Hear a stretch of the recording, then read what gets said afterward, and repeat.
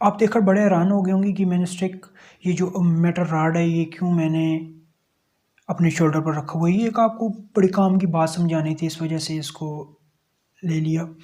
पास आइए, इधर उधर ना बैठ गया, ये आपको काम की बात बताता हूँ। देखिए, अगर आपकी एक टांग नहीं है ना, आप एक टांग से माजूर हैं, आपकी एक टांग आर्टिफिशियल लगी हुई है।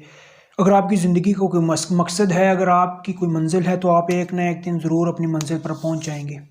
आप एक ना एक दिन अपनी मंजिल को पा लेंगे, अपने मकसद को पूरा कर लेंगे।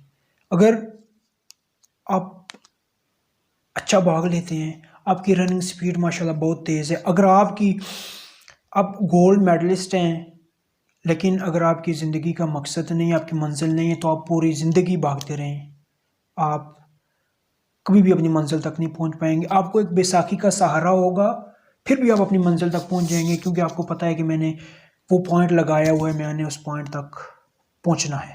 अपनी ज़िंदगी का मकसद बनाएं।